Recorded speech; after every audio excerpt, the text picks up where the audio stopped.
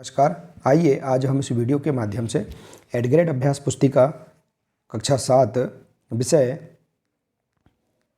देखेंगे हम सामाजिक विज्ञान। इसके अंतर्गत देखेंगे भूगोल, देखिए जिसमें दिया है पाठ अध्याय 1 पर्यावरण। इसके सभी प्रश्नों के आंसर हम भूगोल की पाठ्यपुस्तक के आधार पर किस प्रकार से पूर्ण करेंगे, आइए आज हम इस वीडियो के माध्यम से जानेंगे। तो देखिए, यदि आप इसी प्रकार से सभी पाठों के संपूर्ण हल आप समझना चाहते हैं तो आप हमारे इस चैनल से जुड़े रहिए। इस चैनल को सब्सक्राइब अवश्य कर लें ताकि आने वाले सभी नए वीडियो सबसे पहले आप तक पहुंचते रहेंगे। तो आइए देखते हैं अध्याय 1 पर्यावरण।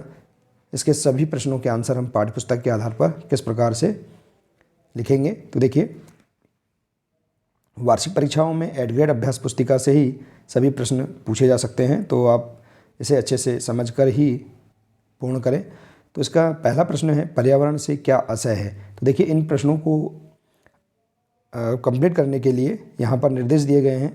भूगोल पाठ्यपुस्तक के पृष्ठ क्रमांक 1 से उत्तर खोजें। तो इस प्रकार से आप पृष्ठ क्रमांक के आधार पर आसानी से प्रश्नों के आंसर लिख सकते हैं।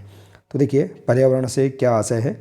इसका आंसर है स्थलमंडल, जलमंडल, वायुमंडल तथा जैवमंडल का वह आवरण जो हमें चारों तरफ घेरे हुए है पर्यावरण कहलाता है, या हम इसे कह सकते हैं हमारे चारों ओर घिरे हुए आवरण को हम क्या कहते हैं, पर्यावरण कहते हैं। तो इस प्रकार से आप पाठ्यपुस्तक के आधार पर प्रश्नों के आंसर लिख सकते हैं। इसके बाद देखिए, अगला प्रश्न है प्रश्न 2, प्राकृतिक पर्यावरण का निर्माण करने में कौन कौन से घटक सहायक होते हैं। तो इसका आंसर आप देख सकते हैं भूगोल की पाठ्यपुस्तक के पृष्ठ क्रमांक 3 से। तो इसका आंसर है, प्राकृतिक पर्यावरण का निर्माण करने में निम्न घटक सहायक हैं। पहला है भूमि, जल, वायु, पेड़ पौधे एवं जीव जंतु। तो इस प्रकार से आप आंसर लिख सकते हैं। इसके बाद देखिए, अगला है प्रश्न तीसरा, प्रकृति निर्मित एवं मानव निर्मित वस्तुओं की सूची बनाइए। तो इसका आंसर आप देख सकते हैं भूगोल की जो पुस्तक है उसके पृष्ठ क्रमांक 1 से। प्रकृति द्वारा प्रदत्त वस्तुओं को प्राकृतिक वस्तुएं कहते हैं या प्राकृतिक वस्तु कहते हैं। उदाहरण के लिए पहाड़, नदियाँ, समुद्र, झीलें, मिट्टी, वायु इत्यादि। और मानव निर्मित वस्तुएं, जो वस्तुएं मानव द्वारा निर्मित की जाती हैं उन्हें हम मानव निर्मित वस्तुएं कहते हैं, जैसे वस्त्र, कृषि यंत्र, मकान और साबुन इत्यादि। और भी अन्य वस्तुओं के नाम लिख सकते हैं।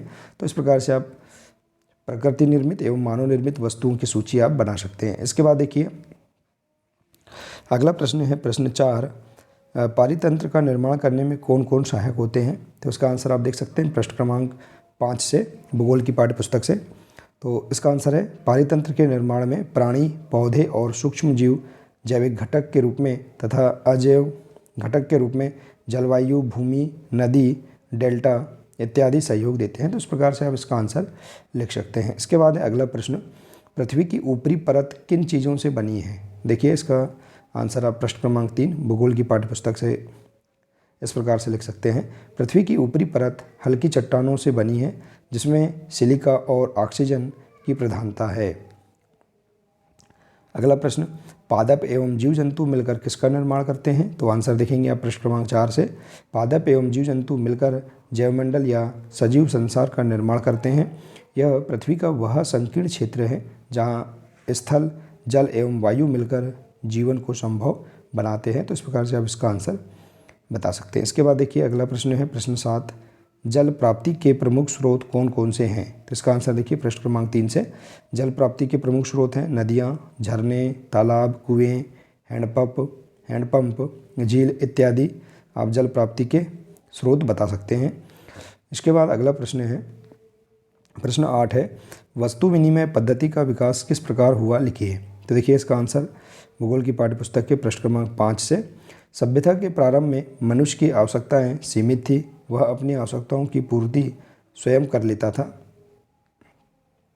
मनुष्य आत्मनिर्भर था।